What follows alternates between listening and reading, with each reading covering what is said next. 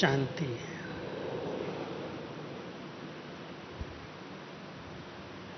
बाबा के इस बेहद घर में आप सब बहुत अच्छी तपस्या भट्टी कर रहे हैं और हमारी बड़ी दीदियों से ज्ञान रत्नों का खजाना लूट रहे हैं। कितने भाग्यशाली हो जो सब तरफ की बड़ी बहनें आकर आप सबका क्लास करा रही हैं।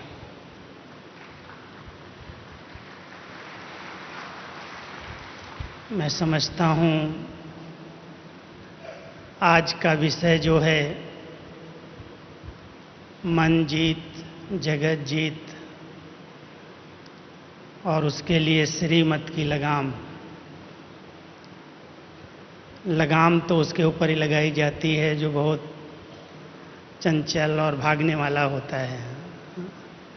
वैसे भी कहते हैं मन एक घोड़ा है और घोड़े को लगाम की ज़रूरत पड़ती है। तो आप सबके पास लगाम है? तो सभी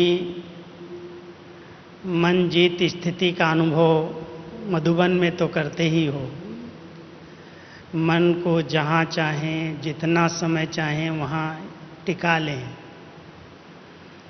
भटकना बंद कर दें, तब तो कहेंगे हमने मन पर जीत पाई है। बाबा ने हम सबको साकार में एक शब्द दिया, बच्चे माया जीते जगत जीत। मन को जीता नहीं जाता। माया को जीत लो तो मन जीत अपने आप बन जाएंगे।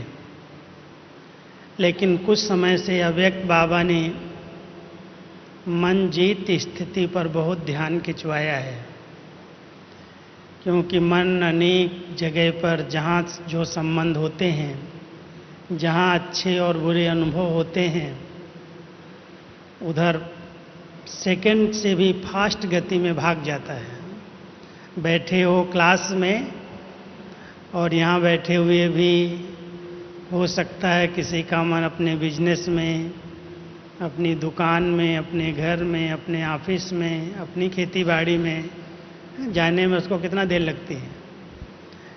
उसको तो कहते हैं वो पवन से भी तेज है। तो ऐसे घोड़े को अपने कंट्रोल में रखना हम राजयोगियों के वश की बात है और कोई के वश की बात नहीं है। गीता में भी भगवान ने जब अर्जुन को कहा मन मना भव, तो बार बार कहता है मन तो बड़ा चंचल है, मन कहाँ एकाग्र होता है।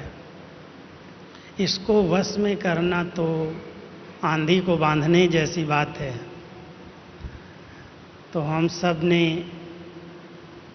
इस बात का अनुभव किया हुआ है कि सेकंड में मन मना भव हो जाए। इसको जिधर ले जाना चाहें, जिन स्थितियों का अनुभव करना चाहें, एक बहुत बढ़िया बहुत अच्छा वाहन बाबा ने हमको दिया है। स्थूल वाहन खराब हो सकते हैं, खर्चे खा सकते हैं, लेकिन हर एक आत्मा को अपना अपना वाहन है। अच्छा वाहन है सबका और सबसे अच्छा वाहन है मन। इसको भक्तों ने भक्ति मार्ग में कहा है अंतर मन वाहन, अंतः वाहक शरीर। तो ये आत्मा मन के विमान से, मन के उड़न खटोले से सेकंड में कहाँ से कहाँ पहुँच सकती है। साकार लोक का भी सैर कर सकती है, अव्यक्त वतन में भी जा सकती है और सेकंड से भी फास्ट अपने मूल वतन में, दूर से दूर स्थान में बाबा से मिल कर के शक्ति लेकर के आ सकती है। आत्मा तो कहीं जा नहीं सकती, आत्मा तो शरीर के पिंजड़े में है। लेकिन आत्मा की जो सर्वोच्च सत्ता, सर्वोच्च शक्ति है मन, जो एक बहुत बड़ी ऊर्जा है और हम सब के पास है, उस मन की शक्ति के आधार से एक सूक्ष्म लाइट के शरीर को लेकर के आत्मा कहीं पर भी पहुंच सकती है। तो मैं समझता हूँ आप सभी बाबा के बच्चे जरूर मन पर अपना नियंत्रण रख करके मन जीत, जगत जीत, माया जीत स्थिति का अनुभव करते होंगे। करते हैं सभी? जीता है इसको कि नहीं? बहुत भटकता है। क्या अनुभव है आप सबका? बैठते हैं योग के अंदर, 1 मिनट, 2 मिनट, 5 मिनट के बाद सैर करने चला जाता है। एक बार एक संदेशी को बाबा ने बिठाया तो संदेशी ने देखा सभा तो बहुत बड़ी है लेकिन लोग बहुत थोड़े बैठे हैं। बाबा ने उसको अनुभव कराया कि कई यहाँ बैठे हुए भी बाहर घूम रहे हैं। तो सभा है लेकिन अगर मन हमारा बाहर है सभा से तो यहाँ होते हुए भी हम अब्सेंट होते हैं। इसलिए बाबा ने हम सबको श्रीमत की लगाम दी है, या हम कहें कि हम सब के आगे एक मर्यादा की लक्ष्मण रेखा खींच करके दी है। हे मन, तुम इस लक्ष्य के बाहर नहीं जाना। अगर इस लक्ष्य के बाहर चला गया तो भटकाएगा, रुलाएगा, शोक वाटिका का अनुभव कराएगा। इसलिए जरूरी है श्रीमत को यथार्थ रीति से समझना। हम सब बाबा के बच्चे श्रीमत से अवगत हैं। अमृत वेले से रात्रि तक के लिए मीठे बाबा ने हम सबको श्रीमत की बहुत सुंदर मर्यादाएं, शिक्षाएं दी हैं और रोज हम सब वही पढ़ते हैं। हमारी पढ़ाई ही है श्रीमत। भगवानोवाच, जो भगवान ने मत दी, श्री श्री शिव बाबा ने जो मत दी वो है मुरली। और हम मुरली ही पढ़ते हैं, मुरली ही सुनते हैं, मुरली को ही हम अपना खुराक समझते हैं। और जिसने मुरली का खुराक खाया, मुरली का चिंतन किया, मनन किया, उस श्रीमत को समझ करके उसकी बाउंड्री के अंदर रहता है, वो लगाम उसको साथ देती है, मदद करती है। तो क्या ऐसी श्रीमत है जो मन को काबू कर लेती है? क्योंकि मन को चंचल बनाने वाली, मन को उग्र बनाने वाली 3 चीज़ें हैं। एक कहा जाता है जैसा संग वैसा रंग। अगर किसी व्यक्ति का संग अच्छा नहीं है, आप बाबा की मुरली रोज सुनते हो, रोज सत्संग करते हो, बाबा के श्रेष्ठ सेवाधारी, बहुत ऊंचे विचार वाले ब्राह्मणों का संग करते हो, वो सत्संग कहलाता है। लेकिन अगर कोई ऐसी आत्माएं जो नेगेटिव सोचने वाली हैं, जो व्यर्थ बोलने वाली हैं, जो अपने बड़ों की, बाबा की, परिवार की कोई न कोई नुक्स, कमियां निकालने वाली आत्माएं हैं। कई आपको ऐसे बाबा के बच्चे मिलेंगे जो अपने को बहुत समझदार, बहुत होशियार समझ करके बाबा की मुरली में ही अपनी मत को ऐड कर देते हैं। पर मत ऐड करके और हमें बहुत अच्छी तरह से कन्विंस करना चाहते हैं। ऐसा संग हमारे विचारों को, हमारे मन को दूषित कर सकता है। इसलिए बाबा अपने बच्चों को सदा ये ध्यान दिलवाते हैं, बच्चे संग की बहुत संभाल करना। ब्राह्मण परिवार के अंदर भी सबका संग अच्छा नहीं होता। मैं एक बात सुनाता हूँ, हर क्लास में बताता हूँ कि जब हम मधुबन में शुरू में पहली बार समर्पित हुए